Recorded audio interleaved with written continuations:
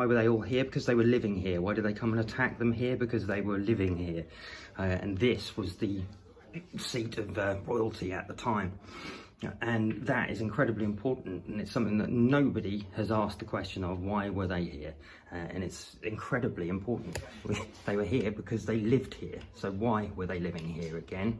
Because Aethelstan had already been here all this time back, and before him you had the Mercian kings living here, and Hamzi at the time before this was more important than Lewes, and it was a major port, as was Lewes, but Hamzi was far more important. And we know King Aethelstan held his Witan there in 925, I think it was. So why was he here?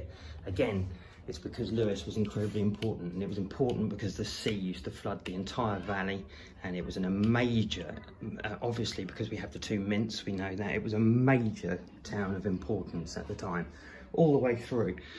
But why was everybody here? Well, it's because initially the Romans were here, and we always seem to build on top of where we've lived before, because the resources are all there.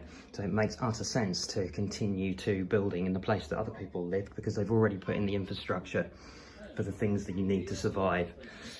And then we have so many more pieces of history that connect Lewes far into the future. Thomas Paine, Lewes Priory, the dissolution, Henry VII. There's so much stuff that went on in here.